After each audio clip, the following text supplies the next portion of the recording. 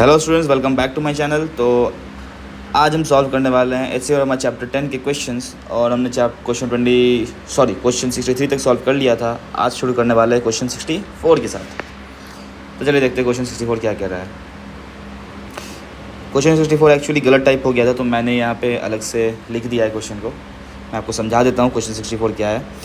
Question 64 में फिर से दो पॉइंट मासेज है, एक्चुअली दो स्फेरिकल मासेस है जिनका रेडियस बहुत छोटा है, तो पॉइंट ही की तरह उसको कंसिडर करेंगे, ए और बी, और दोनों कुछ एक डिस्टेंस दूर रखे हुए हैं, let that B L.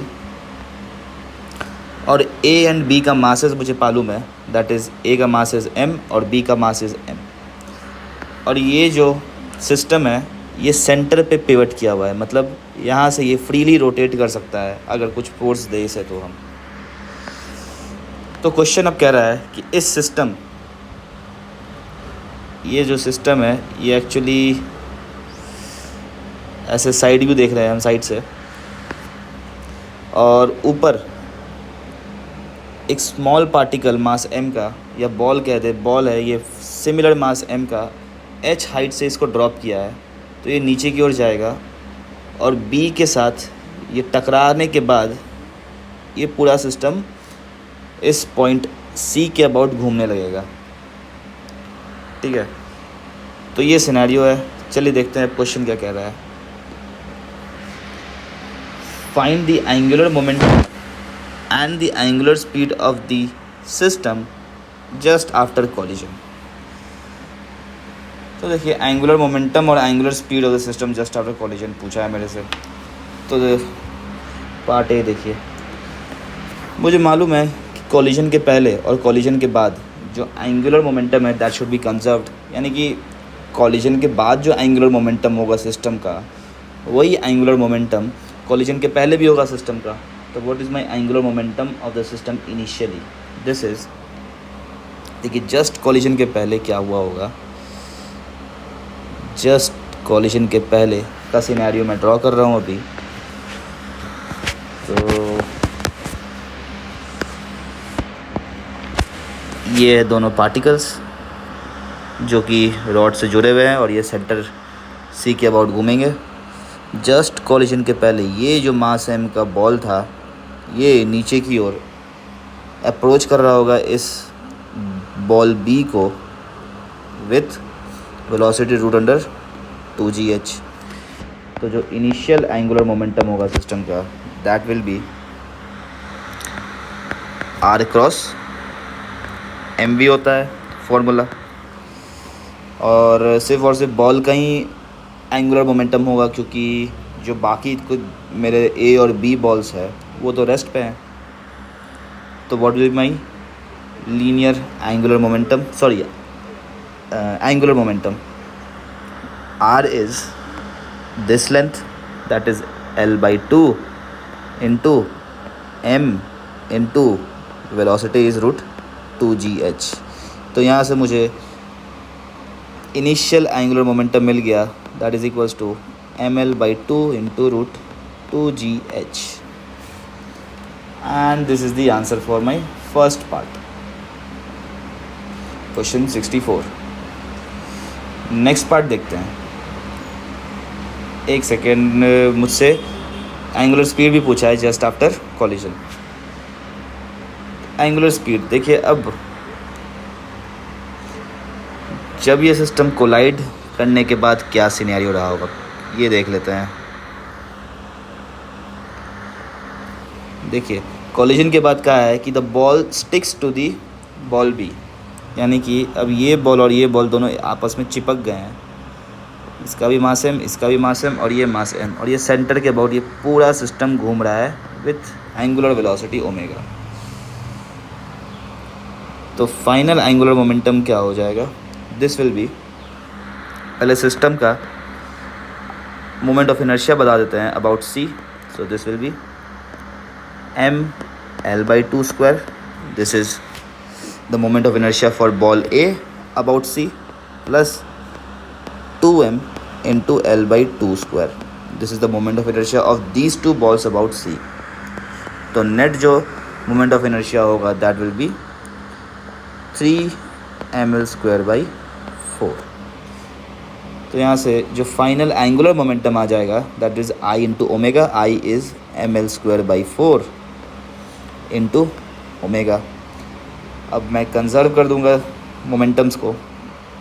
Angular momentum को कंजर्व करने के बाद आएगा ये initial angular momentum ml/2 into √2gh is equal to 3ml²/4 into omega. और जब आप इसे सॉल्व करोगे तो m कैंसिल, l और ये l कैंसिल, और यहाँ से ओमेगा मिल जाएगा आपको, ये और ये 2 कैंसिल, तो ओमेगा मिल गया 2√2gh/L and this is the answer. Next देखते हैं पार्ट बी। तो पार्ट बी एक काफ़ी इंटरेस्टिंग सा वेरिएशन है इसका। पार्ट बी में मेरे से कहा है कि यहाँ पे पार्ट बी में मेरे से कहा है कि ये हाइट को हम कितना रखें सच डैट कॉलिजन के बाद ये जो रॉड है ये पूरा एक 1 रोटेशन कंप्लीट कर दे। ठीक है, तो देखिए कॉलिजन के बाद क्या हुआ। कॉलिजन के बाद का सिनेरियो हम देखते हैं फिर से। ये M दोनों मास आपस में चिपके हुए हैं और ये पूरा सिस्टम ओमेगा से घूम रहा है, जहाँ पे ओमेगा हमने निकाल चुका है दैट इज़ 2√2gh/L। तो अगर ये ओमेगा इतना हो जाए कि मेरा जो सिस्टम है ये इस कॉन्फ़िगरेशन तक पहुंच जाए, तो इसके बाद तो खुद ब खुद ही ये 2m वापस से यहाँ तक आ जाएगा और एक फुल रोटेशन एटलीस्ट कंप्लीट हो जाएगा। ठीक है, तो मुझे पता करना है कि कितना ओमेगा रखूँ मैं सच दैट ये यहाँ से यहाँ तक पहुँच पाए रॉड। तो बहुत ही सिंपल है। इसके बाद तो कैसे, हमें बस एनर्जी कंजर्व कर लेना है अब दोनों कॉन्फ़िगरेशन में। This is my initial state and this is my final state. Initially मेरा एनर्जी क्या होगा, इनिशियली हम इसे अपना रेफरेंस लेवल मानते हैं। This is my reference level, this is my reference level. तो रेफरेंस लेवल से कोई हाइट नहीं है दोनों मासेस का, तो कोई भी ग्रेविटेशनल पोटेंशियल एनर्जी नहीं होगा सिस्टम के पास, सिर्फ और सिर्फ रोटेशनल काइनेटिक एनर्जी होगा। रोटेशनल काइनेटिक एनर्जी कितना होता है, हाफ आई ओमेगा स्क्वायर। तो यहाँ से मुझे इनिशियली सिस्टम का एनर्जी पता चल गया दैट इज़ आई हमने निकाला था 3ml²/4 यानी कि 3/8 ml² into omega square will be 8gh/L²। L² cancel out, यहाँ से 8 और 8 कैंसिल आउट हो गया, यहाँ से मिल गया मुझे 3mgh। और मुझे मिनिमम हाइट पता करना है। ठीक है, तो इस पॉइंट पे मिनिमम ओमेगा कितना रखूँ मैं सच दैट यहाँ तक ये पहुँच रहा है, यानी कि इस स्टेट में ओमेगा को मैं टेंडिंग टू 0 मान लेता हूँ। तो इस स्टेट में जो एनर्जीज़ होंगे सिर्फ और सिर्फ ग्रेविटेशनल पोटेंशियल एनर्जी होगा। E final is 2m mass reference level के ऊपर है तो उसके पास पॉजिटिव ग्रेविटेशनल पोटेंशियल एनर्जी होगा that is 2m into G into H L/2। और m मास रेफरेंस लेवल के नीचे है तो इसके पास नेगेटिव ग्रेविटेशनल पोटेंशियल एनर्जी होगा that is -mg L/2। Because ये हाइट जो है रेफरेंस लेवल से दिस इज़ L/2 और ये हाइट भी रेफरेंस लेवल से L/2 है। तो यहाँ से मुझे ये मिल गया mg L/2। That's it. अब यहाँ से मैं दोनों टर्म्स को इक्वेट कर दूंगा। Initial energy should be equal to my final energy, तो यहाँ से 3mgh should be equal to mg L/2।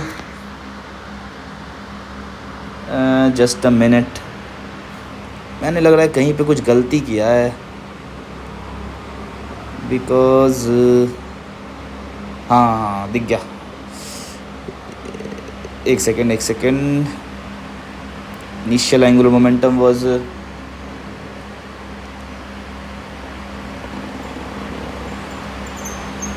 m into √2gh into L/2। सही है यहाँ तक तो। दिस इज इक्वल टू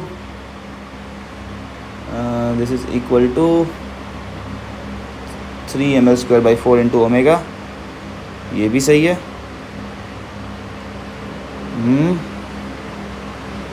तो यहाँ से ओमेगा मुझे यहाँ पे एक 3 भी आएगा। अच्छा हाँ, ये 3 को मैंने मिस आउट कर दिया था।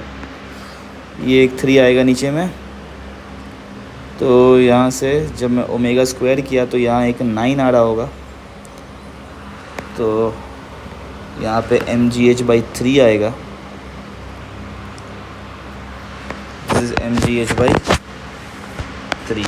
यहाँ से mg कैंसिल आउट हो गया और h का वैल्यू आ जाएगा यहाँ से 3l/2। This is the minimum height from which ये h को 3l/2 होना पड़ेगा, सच दैट ये गिरने के बाद रॉड को इतना एंगुलर वेलोसिटी प्रोवाइड कर पाए कि ये पूरा एक रोटेशन कंप्लीट कर ले। That's it. Next question number 65। Question 65 में एक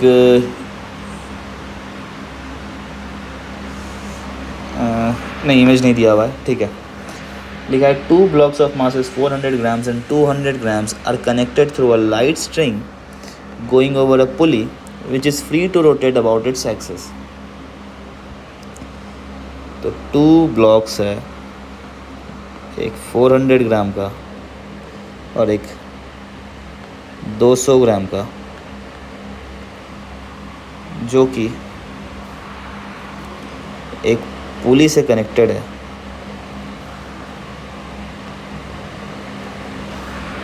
ठीक है,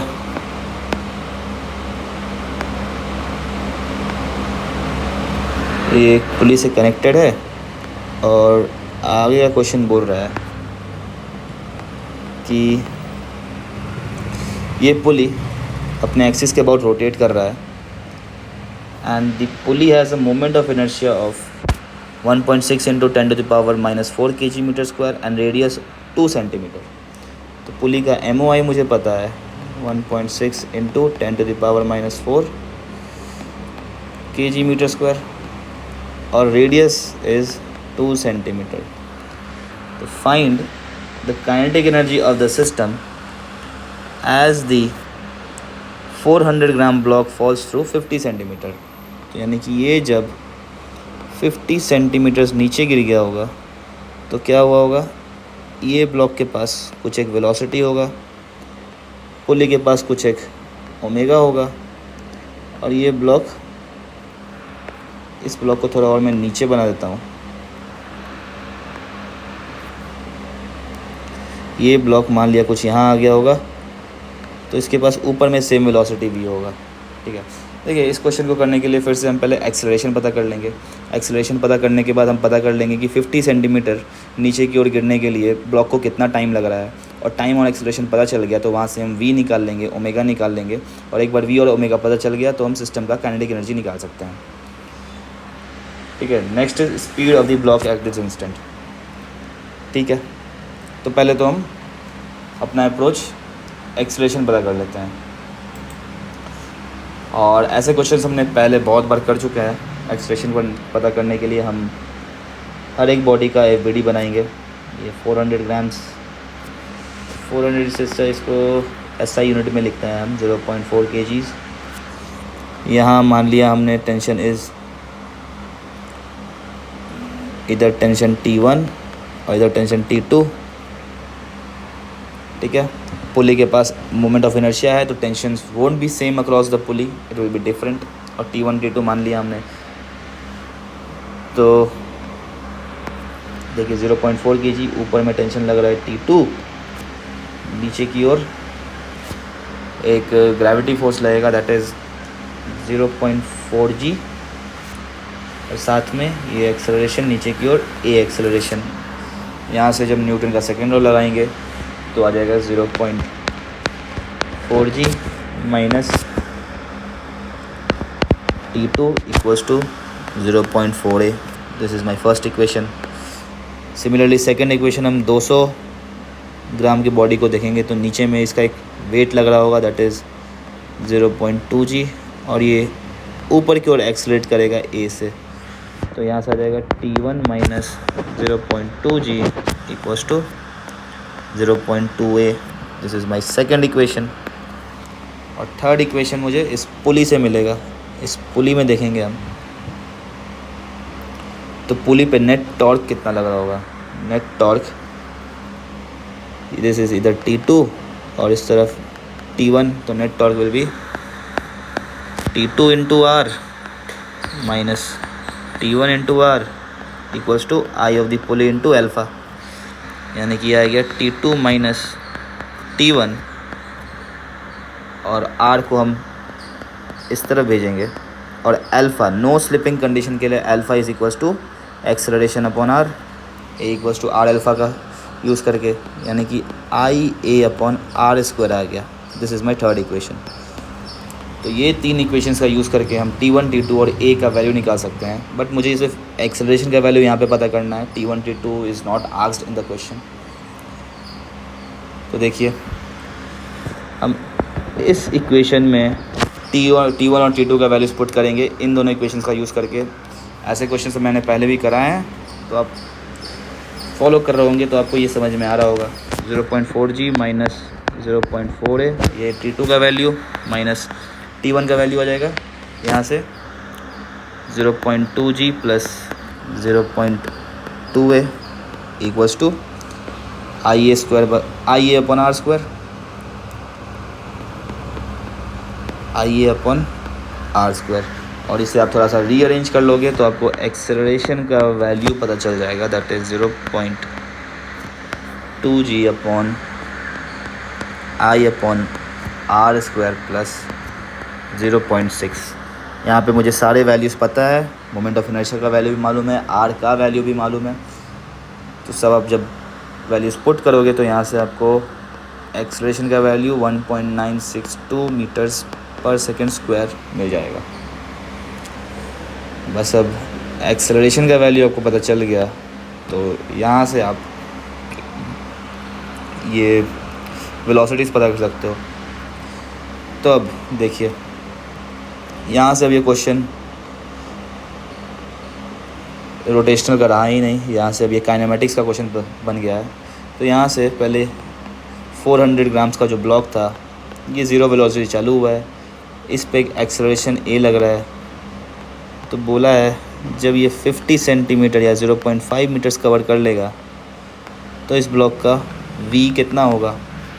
तो v square equal to u square plus 2 times a, that is 1.962 into displacement 0.5 metres. ये पुट करेंगे और यहाँ से हम v का वैल्यू निकाल लेंगे तो this will come out 1.4 metres पर सेकेंड। और सिमिलरली ओमेगा का वैल्यू भी निकाल लेंगे हम। ओमेगा का वैल्यू कैसे निकालेंगे, ओमेगा क्या होगा इस पॉइंट पे v अपॉन r होगा। अब पुली जो है, पुली का ये वाला जो स्ट्रिंग है ये भी तो टेंजेंशियल वेलोसिटी यहाँ पे v होगा, तो यहाँ से omega will be v upon r, पुली का ओमेगा। तो पुली का ओमेगा यहाँ से आ जाएगा, जब v और r को पुट करेंगे तो 70 radiance per second. That's it. यहाँ से मुझे पार्ट बी पता चल गया, speed of the blocks at this instant, this is 1.4 metres पर सेकेंड। और पार्ट ए में मुझसे काइनेटिक एनर्जी पूछा है, तो काइनेटिक एनर्जी होगा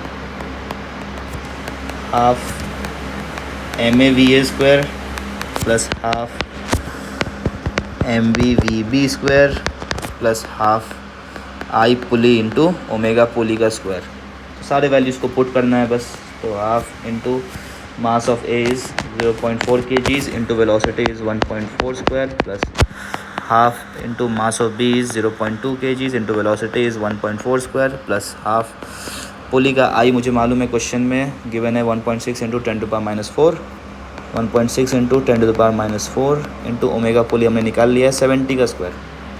अब इस एक्सप्रेशन को बस आप कैलकुलेट करना है, जब आप कैलकुलेट करोगे तो आपको आंसर मिल जाएगा 0.98 joules and this is the solution. Next question number 66। तो क्वेश्चन 66 में एक डायग्राम गिवन है।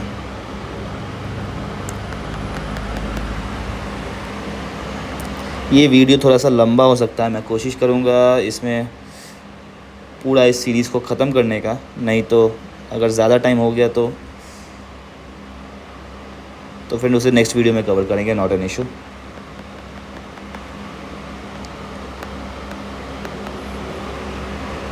ये एक सिनेरियो गिवन है, चलिए देखते हैं।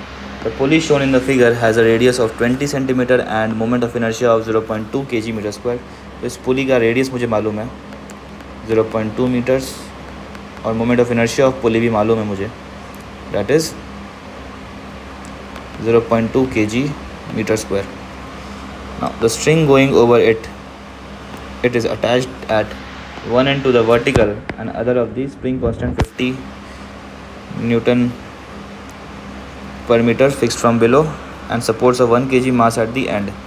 तो स्ट्रिंग जो है वो एक एंड से स्प्रिंग से अटैच्ड है जिसका स्प्रिंग कांस्टेंट 50 न्यूटन पर मीटर गिवन है, और दूसरा एंड एक मास से अटैच्ड है 1 kg का। The system is released from rest while the spring at its natural length। Find the speed of the block when it has descended through 10 centimetre. ये भी एक सिमिलर टाइप का क्वेश्चन है। Speed पता करना है जब ब्लॉक 10 सेंटीमीटर नीचे चला गया होगा। ठीक है, तो देख लेते हैं इसे भी। तो देखिए, ये मेरा इनिशियल कॉन्फ़िगरेशन है, ठीक है। फाइनली क्या हुआ होगा, मतलब जब 10 सेंटीमीटर ब्लॉक नीचे चला गया होगा तब की बात अगर हम करें तो उस टाइम पे पुली के पास कुछ एक ओमेगा होगा। Block has gone down through a distance of 0.1 metres, मान लिए यहाँ से ये 0.1 मीटर्स नीचे चला गया, और साथ में ये स्प्रिंग में कुछ एक इलोंगेशन आया होगा। इलोंगेशन आया होगा कितना, बराबर 0.1 मीटर्स का ही इलोंगेशन आया होगा नेचुरल लेंथ से, अगर ये इनिशियली नेचुरल लेंथ पे था तो। और साथ में इस इंस्टेंट पे इस ब्लॉक के पास कुछ वेलोसिटी भी होगा v। और एक चीज़ देखिए, फिर से कोई स्लिपिंग का कंडीशन दिया नहीं है, तो यहाँ भी जो ओमेगा होगा this will be v upon radius of the pulley. This is my radius. तो अब ये दोनों इंस्टेंट्स पे, this is my initial instant और this is my final instant, यहाँ पे हम एनर्जी को कंजर्व कर देंगे। तो initially what was my energy, तो इनिशियली हम देखें तो सिस्टम मेरा पूरी रेस्ट पे है, और मैं अपना रेफरेंस लेवल सेम यहीं पे ले लेता हूँ, नेचुरल लेंथ जहाँ पे स्प्रिंग का है, ब्लॉक जहाँ पे इनिशियली है, तो ग्रेविटेशनल पोटेंशियल एनर्जी भी ज़ीरो, तो माई total initial energy is 0। Final कितना होगा, फाइनली जो होगा, फाइनली मेरा स्प्रिंग में कुछ एक इलोंगेशन आया है, तो elastic potential energy ½ kx² plus pulley एक ओमेगा से घूमने लगा है, इस ओमेगा से, तो पुली में एक रोटेशनल काइनेटिक एनर्जी आएगा, that is ½ IP into omega p², या ओमेगा से डिनोट किया तो ओमेगा ही रहने देते हैं इसे, ओमेगा²। फिर प्लस मेरा ब्लॉक कुछ एक वेलोसिटी एक्वायर किया है, तो फिर ब्लॉक के पास एक काइनेटिक एनर्जी होगा ½ mv², और साथ में ये ब्लॉक रेफरेंस लाइन से नीचे की ओर डिसेंड किया है, तो नेगेटिव ग्रेविटेशनल पोटेंशियल एनर्जी होगा -mg into h, that is 0.2 1। बस अब यहाँ से E final equals to E initial करेंगे हम, तो मुझे जिस दैट इज़ इक्वल टू 0, तो मुझे मिल जाएगा half K X square plus, थोड़ा सा मैं स्पेस बनाने के लिए इसे शिफ्ट कर देता हूँ,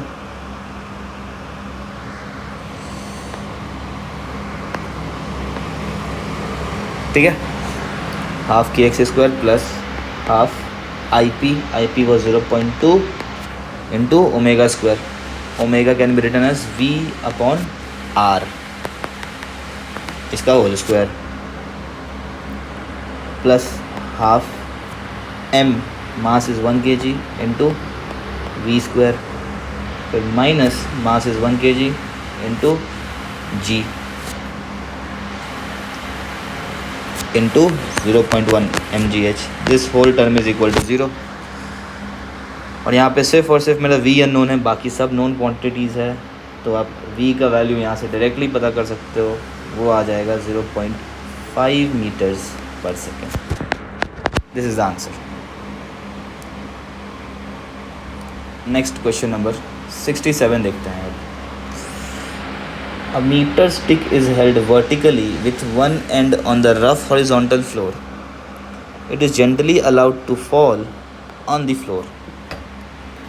एक सेकंड पानी पी लूँ।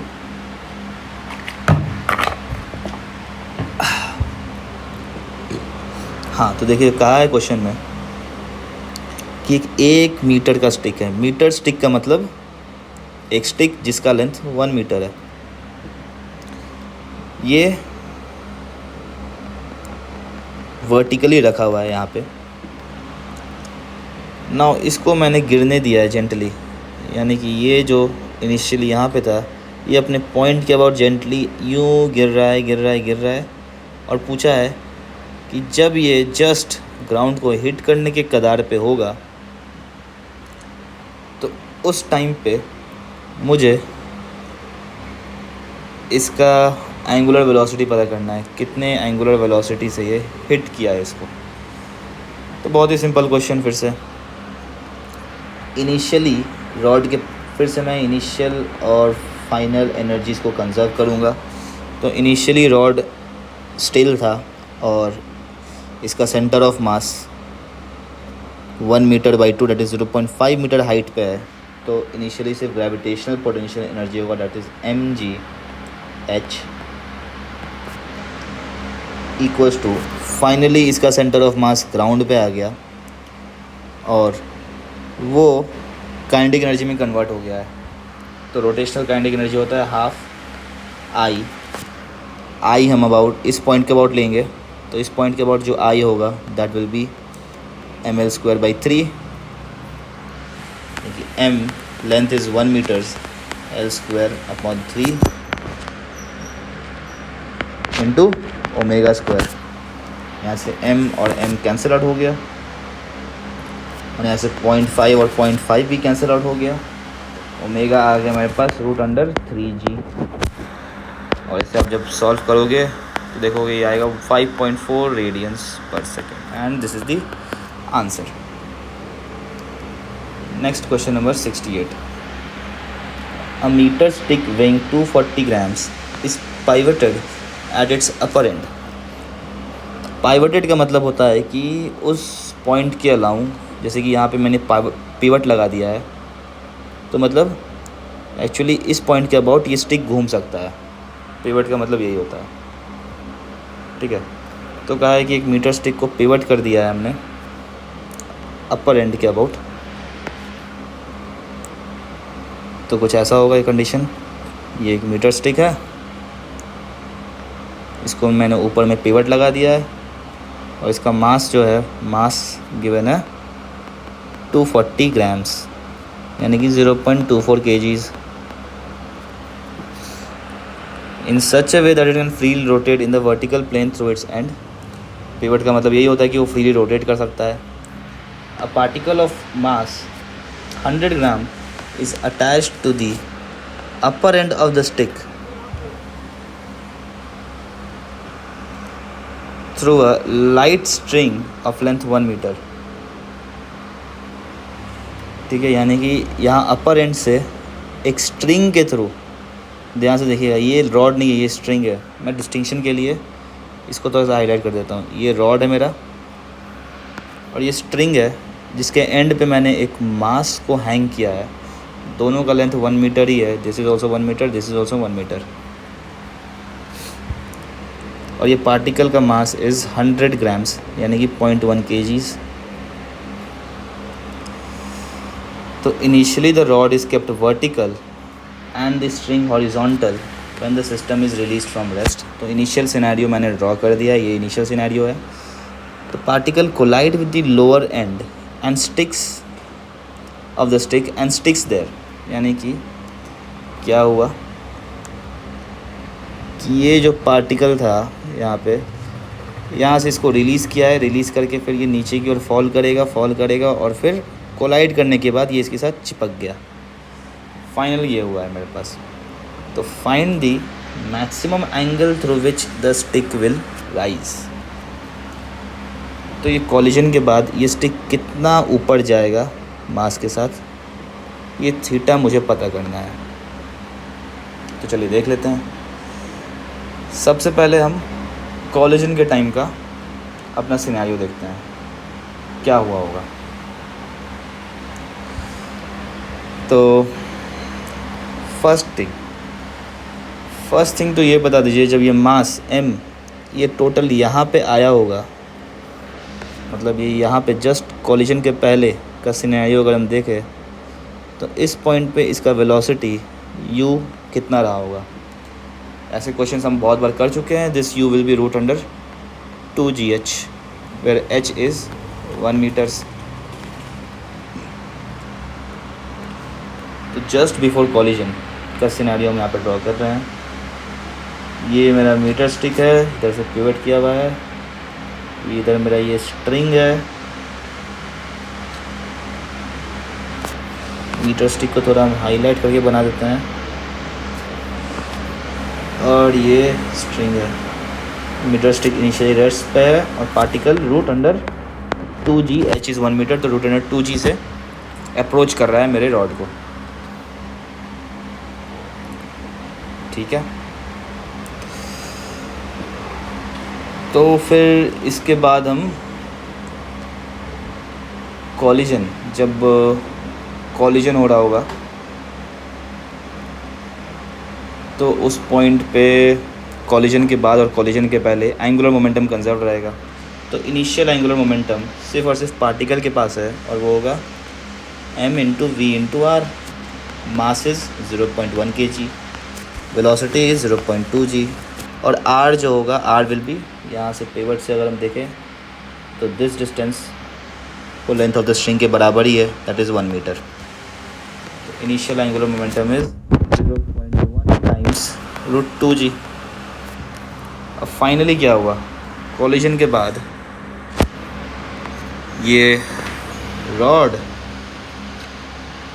रॉड और साथ में जो पार्टिकल है, दोनों एक दूसरे के चिपक चुके हैं, और एक कॉमन एंगुलर वेलोसिटी ओमेगा से चल रहे होंगे। तो final angular momentum will be, पहले तो सिस्टम का आई बता देते हैं हम। तो I will be mass of the rod, that is ml²/3, and के अबाउट ml²/3 होता है, plus mass of the particle into l²। तो ml²/3 plus mpl² into omega, और यहाँ से हम दोनों को इक्वेट करेंगे तो L फाइनल कितना हो जाएगा। L final is mass of the rod, that is 0.24 into l² तो 1 ही होगा upon 3, plus mass of the particle is 0.1, l² फिर से 1 होगा, into omega is equal to 0.1 into root 2g। तो यहाँ से आप देखोगे तो आपको ओमेगा का वैल्यू पता चल जाएगा, और ओमेगा आ जाएगा 0.1 इंटू जी को मैं 10 मान लेता हूँ तो √20 अपॉन ये आ जाएगा 0.18 सॉरी 0.08 प्लस 0.1 तो सम 0.18। तो यहाँ से आपको ओमेगा मिल गया सिस्टम का, that is 2.48 radiance per second. एक और एक्स्ट्रा पेज ऐड कर लेते हैं। तो देखिए आपको इनिशियली सिस्टम का पता चल गया कि इनिशियली जो सिस्टम है वो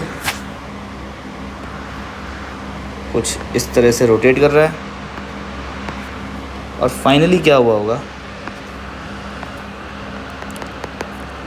फाइनली मेरा सिस्टम कुछ एक थीटा डिस्प्लेसमेंट कवर किया होगा और फिर रेस्ट पे आ गया होगा, वहाँ से फिर वापस लौट जाएगा। तो यही थीटा मुझे पता करना है,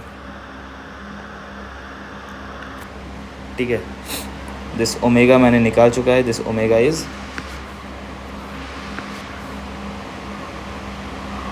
2.48 रेडियंस पर सेकेंड। फिर इसके बाद ये मेरा इनिशियल मान लिया मैंने इसे, और ये फाइनल सिनेरियो है। तो फिर से इनिशियल जो एनर्जीज़ होगा वो क्या होगा, इनिशियली देखें तो मेरा पूरा सिस्टम सिर्फ़ और सिर्फ रोटेट कर रहा है, और यहाँ से मैं आई अगर देखूँ तो आई मैंने 0.18 आएगा ये कैलकुलेट करके, ये टर्म 0.18 तो सिर्फ रोटेट कर रहा है। तो initial energy will be half I omega square, that is half I 0.18 into omega square was √20 का स्क्वायर। यहाँ से हमें इनिशियल एनर्जी पता चल जाएगा, सॉरी ठीक है, ओमेगा स्क्वायर तो यही था, नहीं not this, omega square was 2.48 not √20, I am sorry, 2.48 का स्क्वायर। और फाइनल देखे तो सिस्टम मेरा जब मैक्सिमम एंगुलर डिस्प्लेसमेंट पे होगा तो वो रेस्ट पे होगा, और रॉड का सेंटर ऑफ मास कहीं यहाँ पे आ गया होगा, इनिशियली यहाँ पे था। तो दिस हाइट वाज L/2 और ये हाइट हो जाएगा L/2 cos थीटा। तो रॉड में जो ग्रेविटेशनल पोटेंशियल एनर्जी का गेन आया है that is mass of the rod m into ji 9.81 into height, this is the height. तो ये हाइट कितना होगा, L/2 minus L/2 cos theta.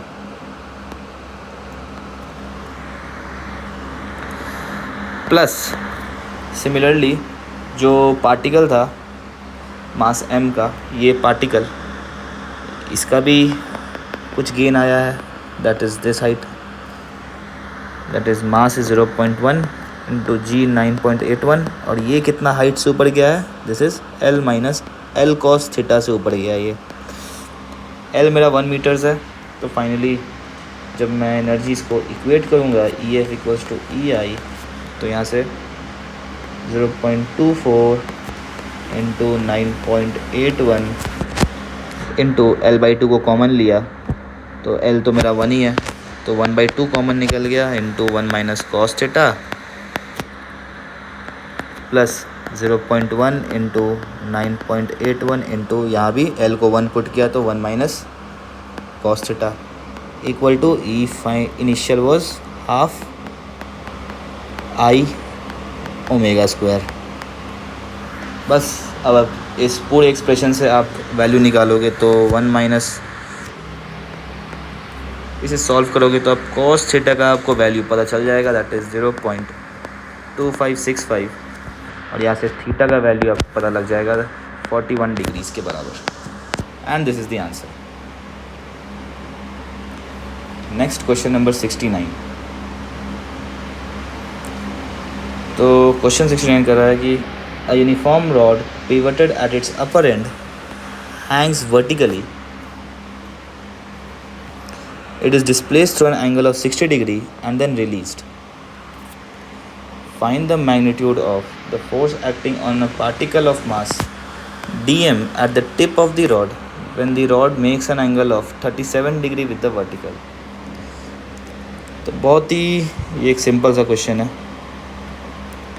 क्या है कि इनिशियली एक रॉड फिर से अपर एंड पे पिवटेड था, ये रॉड है जो कि इनिशियली ये 60 डिग्री का एंगल बना रहा था। फिर ये जो रॉड था यहाँ से इसको रिलीज़ किए हैं, रिलीज़ करते करते ये नीचे आया और नीचे आके यहाँ जैसे ही इसने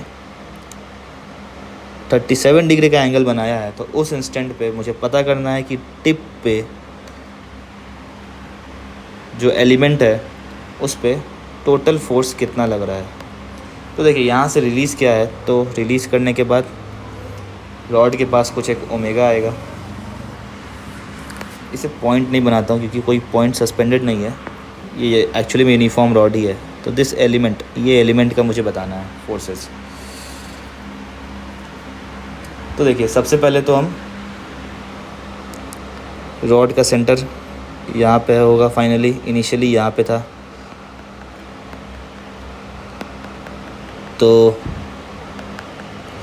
what was this height? This height will be L/2 into cos theta, cos 60 degree. और ये हाइट कितना है? ये हाइट है L/2 cos 37 डिग्री। तो ये जो ग्रेविटेशनल पोटेंशियल एनर्जी में लॉस हुआ है ये रोटेशनल काइनेटिक एनर्जी में गेन हुआ होगा, यानी कि mg L/2 into delta H. जो लॉस हुआ है वो है cos 37 degrees minus cos 60 degrees. ये हुआ होगा gain in rotational kinetic energy, यानी कि half into I that is mL/3 into omega square. तो यहाँ से जब हम ओमेगा पता करेंगे, देखिए m और m कैंसिल आउट, एक l हो गया कैंसिल आउट, तो ये 2 और 2 भी कैंसिल आउट। तो यहाँ से 3 को मैं उस साइड भेजूँ तो ये आ गया 3g अपॉन l। cos 37 होता है 4/5 minus cos 60 is 1/2 equal to omega square. तो यहाँ से मुझे ओमेगा स्क्वायर का वैल्यू पता लग जाएगा 3g अपॉन l इंटू 0.3। ठीक है, अब देखिए ये जो पार्टिकल है dm मास है इसका। इस पार्टिकल पे सर्कुलर मोशन में कौन कौन से फोर्सेस लगते हैं? एक तो रेडियल क्या होता है dm into r into omega square, और एक टेंजेंशियल क्या होता है dm into tangential acceleration is r into alpha. तो अल्फ़ा पहले पता कर लेते हैं। तो देखिए जब रॉड 37 डिग्रीज़ यहाँ बनाते हैं, रॉड जब 37 डिग्रीज़ का एंगल बना रहा होगा 37 डिग्रीज़, तो सेंटर पे देखिए, सेंटर के अबाउट कौन कौन से फोर्सेस लग रहे होंगे? एक तो रॉड के परपेंडिकुलर में mg sin 37, ये छोड़िए सिंपल, ये देखिए आप रॉड के सेंटर पे नीचे की ओर एक वेट लग रहा होगा mg। तो what is torque equals to I alpha लगा देंगे यहाँ पे। तो what is my torque due to mg? Torque due to mg will be, ये रेडियस परपेंडिकुलर ड्रॉप किया, दिस इज़ माई रेडियस, यानी कि mg into L/2, this height is L/2 sin 37 degrees. तो L/2 sin 37 equals to moment of inertia is M L square by 3 into alpha. यहाँ से M M cancel, एक L से एक L ये cancel, यहाँ से अल्फ़ा मुझे पता लग जाएगा। इससे आप जब कैलकुलेट करोगे तो ये आएगा 0.9 जी अपॉन एल। तो बस आपको अल्फ़ा पता चल गया एक बार, तो यहाँ से अल्फ़ा पता लगने के बाद देखिए what is my D M. देखिए ओमेगा स्क्वायर यहाँ से ये 0.9 जी अपॉन एल आया है, तो ये आ जाएगा D M into R is length of the rod into omega square 0.9 g upon L. तो यहाँ पे 0.9 इंटू डी एम इंटू जी,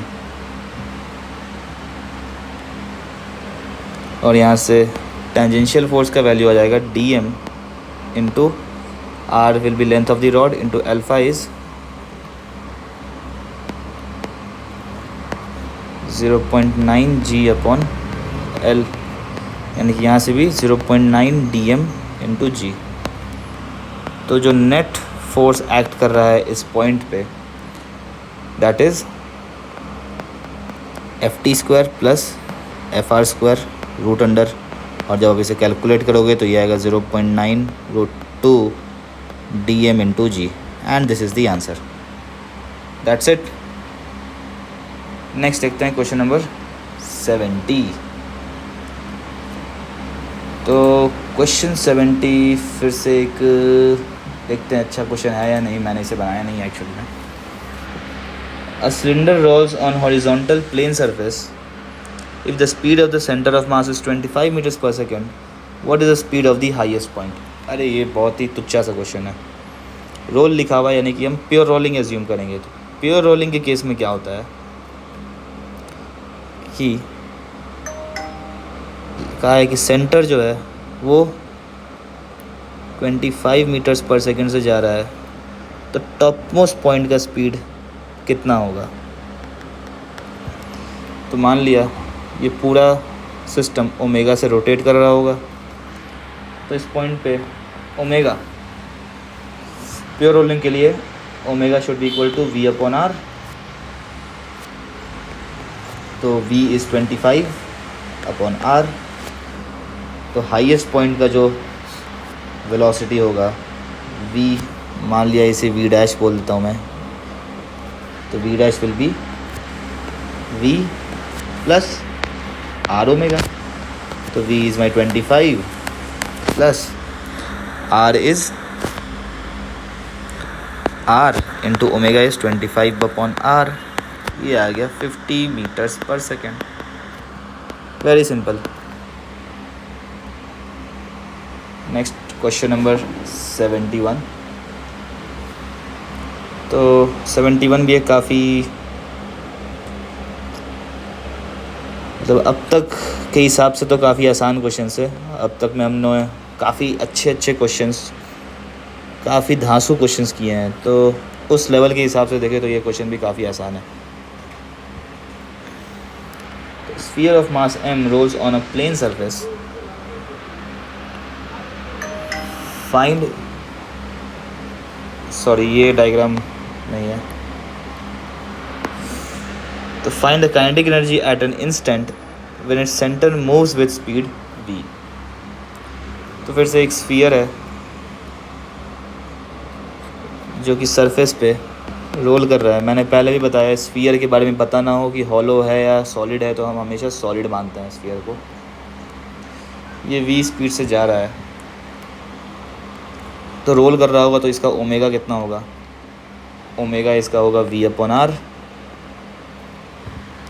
तो मुझसे काइनेटिक एनर्जी पूछा है इस पॉइंट पे, तो what is my kinetic energy, half m v square plus half i omega square, यानी कि half m v square plus half i कितना होता है सॉलिड स्पेयर का 2/5 mr square into omega square, यानी कि v square upon r square.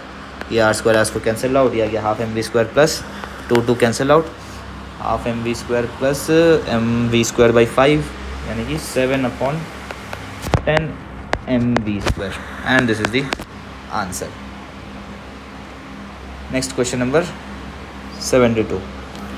A string is wrapped over the edge of a uniform disk and the free end is fixed with the ceiling. यानी कि एक disc है, इस disc के ऊपर एक स्ट्रिंग को रैप किया हुआ है और उसका फ्री एंड को सीलिंग से ऐसे कनेक्ट कर दिया है. तो the disc moves down unwinding the string, find the downward acceleration of the disc. तो देखिए फिर से हम ये बोला है कि डिस्क नीचे की ओर जाएगा कुछ ए एक्सेलरेशन से, तो ये साथ साथ घूम भी रहा होगा अल्फ़ा से. फिर नो स्लिप कंडीशन के लिए alpha should be equal to a upon radius of the disc. तो मुझसे यही एक्सेलरेशन का वैल्यू पूछा है. तो चलिए हम पहले अपना डिस्क का फ्री बॉडी डायग्राम बना लेते हैं. ये डिस्क है, इसके ऊपर की ओर टेंशन लग रहा होगा टी, नीचे की ओर एक ग्रेविटी एम जी, और ये रोटेट कर रहा है मान लिया अल्फ़ा से, और नीचे की ओर जा रहा है ये ए एक्सेलरेशन से. तो हम वर्टिकल डायरेक्शन में forces net force equals to M A करेंगे, तो M G minus T will be equal to M A, पहला इक्वेशन. नाउ नेक्स्ट सेंटर के about this is my C, tau C equals to I alpha लगाएंगे, I C into alpha, तो आएगा T into I C is R equals to I C is M R square by 2 into alpha क्या होगा ए upon are. तो यहाँ से एक are ये कैंसिल और दूसरा आर यहाँ से कैंसिल. यहाँ से टेंशन का वैल्यू मुझे पता चल गया M A by 2. This is my second equation.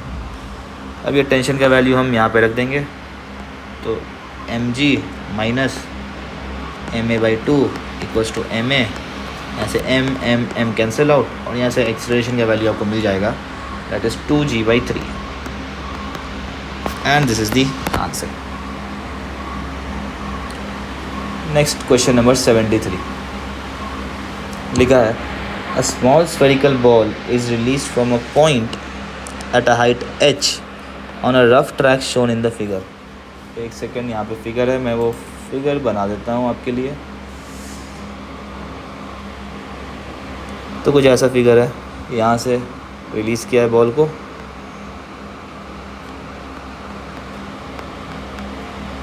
ये h हाइट से, और इसके लिए पूछा है मेरे से कि assuming that it does not slip anywhere, find the linear speed when it rolls on the horizontal part of the track. यानी कि यहाँ पे इसका v पता करना है. तो देखिए इनिशियली बॉल के पास एक पोटेंशियल एनर्जी है, ग्रेविटेशनल पोटेंशियल एनर्जी mgh, और फाइनली ये काइनेटिक एनर्जी में कन्वर्ट हो गया. तो स्फीयर का काइनेटिक एनर्जी क्या होता है इस इंस्टेंट पे, हमने अभी कैलकुलेट किया है. स्फीयर का काइनेटिक एनर्जी ये इंस्टेंट पे होता है 7/10 M V square pure rolling के केस में. और ये प्योर रोलिंग का केस दिया हुआ है क्योंकि लिखा है डज़ नॉट स्लिप, यानी कि ये 7/10 एम वी स्क्वायर है. तो this equal to 7/10 M V square करेंगे हम, तो एम एम कैंसिल आउट, यहाँ से हमें v पता लग जाएगा, that is √10gh/7 and this is the answer. Next question number 74. A small disc is set rolling with the speed v on the horizontal part of the track of the previous problem from right to left. To what height will it climb up the curved part? तो इस बार बोला है कि disc है ये, इस disc को मैंने v स्पीड से आगे की ओर रोल कराया है. तो रोल कराया है तो ये ओमेगा जो होगा दिस विल बी v/r. तो ये कितना हाइट ऊपर तक जाएगा. तो जो गेन इन पोटेंशियल एनर्जी होगा mgh, this should be loss in kinetic energy. तो कितना लॉस हुआ है, half M V square plus half I disc होता है mr² by 2 into omega square that is V upon R whole square. यानी कि यहाँ से मैं एम कैंसिल कर देता हूँ, एम इज़ कैंसल्ड आउट, यानी कि G H will be equal to V square by 2 plus यहाँ से ये आर स्क्वायर कैंसिल आउट हो जाएगा, ये आ गया वी स्क्वायर बाई 4, तो यानी कि आ गया 3v स्क्वायर बाई 4। यहाँ से h का वैल्यू मिल गया मुझे 3v square upon 4g and this is the answer. Next question number 75। A sphere starts rolling down an incline of inclination theta. Find the speed of its center when it has covered a distance L. तो फिर से एक काफ़ी आसान question है। ये sphere है जिसको यहाँ से रोल करना चालू किया है, तो बोला है जब ये L डिस्टेंस कवर कर लिया है यहाँ पे, तो ये कुछ v वेलोसिटी और कुछ ओमेगा होगा, और रोलिंग के लिए omega will be v upon are. तो इस पॉइंट पे मुझे स्पीड पता करना है। तो फिर से लॉस इन ये theta, loss in gravitational potential energy कितना होगा, दिस हाइट कितना होगा, this height will be L upon sine theta.